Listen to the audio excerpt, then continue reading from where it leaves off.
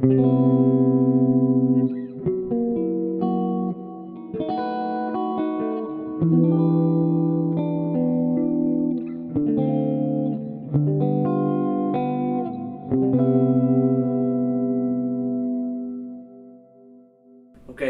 a friend of mine asked me if I know something about the secondary dominant, and that's what I know. Before going into details of the secondary dominant, it's good to take a look at major scale and understand why this is called dominant chord, and from the primary dominant and on the secondary one. If you take a look at this sheet I prepared for you, we have the list of the degrees of a scale. I take the C major scale because it's simple and the well-known scale. Each of degree has its own name. So the first is a tonic, the second is a supertonic, then you have a mediant, then a submediant, the fourth degree, and here the dominant degree is the fifth. Then we have a submediant, and then the leading tone. So mainly for each scale, the dominant chord is fifth degree of the scale. But during the time, and if you take a look at the harmonization of the scale, you will find that the fifth degree of the scale has a unique characteristic, that it is a major chord with a minor 7, and it creates the characteristic of the dominant chord. Here we have the distribution of chords along the scale, so for each and any degree you can create for voicing chords or whatever you want by stacking third. So you will end up to this harmonization. So C major scale, sorry, C major 7, D minor 7, E minor 7, F major 7, G 7, the dominant one, A minor 7, and B minor 7 flat 5. This chord, the G7 chord, in this case, or the fifth degree, has this characteristic that has major third and minor 7. So it sounds like this. I'm sure that you know. And the properties of this chord is that is a tension chord, because inside has this interval, it's called a tritone, okay, and is not resolved. So the tendency and the function of this chord is resolving from fifth degree to 1 degree, or G7, C major, or minor. Okay, it works in any kind of major or minor situation. Okay, this is the main function of the dominant chord. So resolving back to a tonic chord, 5 to 1. So we see that a dominant chord is going to resolve back to one chord. The secondary dominant is a dominant chord which will resolve to another chord which is not the tonic one. In these schematics you can see all the secondary dominant we use. So let's say we are in C major key. Of course we have just one dominant or primary dominant, which is G. But if we have another chord during our progression, for example D minor 7, we can use in front of that its own dominant by considering D minor 7 as a new tonic chord. So we can put A7 in front of this, and you can have something like C major 7, A7, that goes to D minor 7. So we can create a tension into listener, and we can use it as a tool to compose our own music or rearranging some already composed track or song. This first example, we have a simple chord progression, so just two chords in key of C major. So we have C major 7 and D minor 7. We which is the tonic and the supertonic degree, so the first and the second. And okay, it's a simple chord progression, but we can anyway spice it up by using the secondary dominant of the D. The fifth degree of D is A, so we can use the A7 chord before D to spice it up. Listen.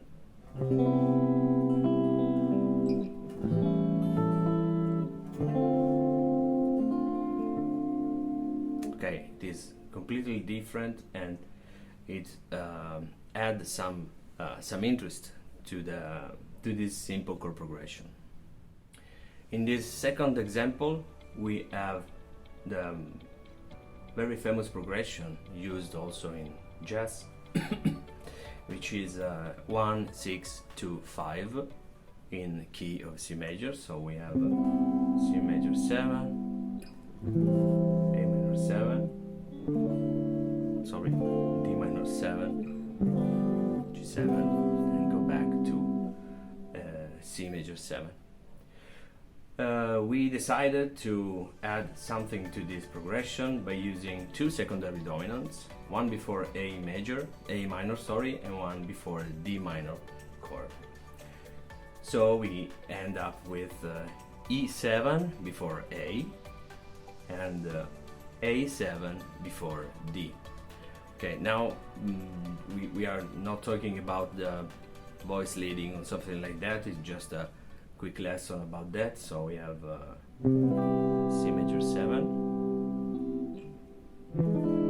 E to go to A minor, then it will become A7 to go to D minor 7, and then G7 to go back home to a tonic chord. In this last example, we can use a more advanced usage of the secondary dominant. I mean, we can use the secondary dominant of the secondary dominant. So if we think about our landing chord, we can put in front of it his dominant, or secondary dominant in this case. In front of this secondary dominant, we can use its own secondary dominant. I'm not clear maybe, but with this example I will clarify it for you. So imagine to go from C major 7 to, oh sorry, let's imagine if we want to go from C major 7 to E minor. Previously we said that we can use B7,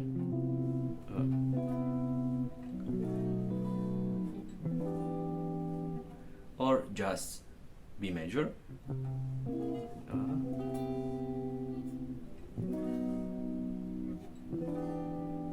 Okay. Now we can put in front of B major its own secondary dominant again. So it will be F sharp 7. So our progression now become C major 7, F sharp 7, B7, E minor 7. Then we can go to G7 and go back home. So we can use the secondary dominant of secondary dominant. We can stack many secondary dominants in front of our landing chord. An important comment to do on that topic is that if you think about the inversion of the dominant chord and take a look more deep in details to the voice leading, you will end up to the very good things, which is the chromatic movement of bass. Let's do this. C major or C major 7, and then we go to D minor 7, our first example. Okay, we said that we can use A7 to go to D minor 7. Okay, but if you consider the major third of A, you will end up with the C sharp. Okay, so if we play C major, then inversion of A major to go the chromatic movement of bass from C to C sharp to D, and it's very useful to apply this in our chord progression to make it more smooth and good to our ear. Another important comment to say about that is that it's not even necessary to use a complete 4-voice chords as a 7 chord, okay? Because if we can use just a major version of the chord, there are two aspects. If we use a complete 7 chord, we are playing a triton inside that chord, so it should be resolved, okay? And the weight and the strength of this chord is more than before, okay? But we can use also the major version of that chord, because the important thing here is that this kind of chord that coming from outside the key put inside a non-diatonic notes. Let's give a quick example. For example, if we want to go from C major to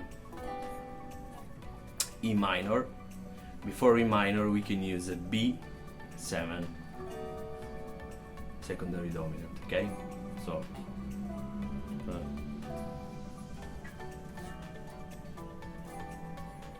okay, we can use also B major without its 7, because it's the only note outside the key. If we take a look at the notes for the B7, we have B, D sharp, F sharp, and A, okay? So D sharp and F sharp are not in the key, okay? These two notes. But anyway, also the C major is outside the key, because in the key we have, sorry, B major, because in the key we have B minor 7 flat 5. So we can play just like this. C major 7, B major, and E minor 7. So it's not, how to say, mandatory to use a complete 7 chord, but we can use the major version of the chord. Okay, this is all I know about the secondary dominant. Of course, there are many other applications of that and extension. For example, the altered chord or substitution of the secondary dominant with diminished 7 chord built on the major third of these dominant chords. But anyway, this topic is done for today, and I hope you enjoyed this video, and thanks for being here.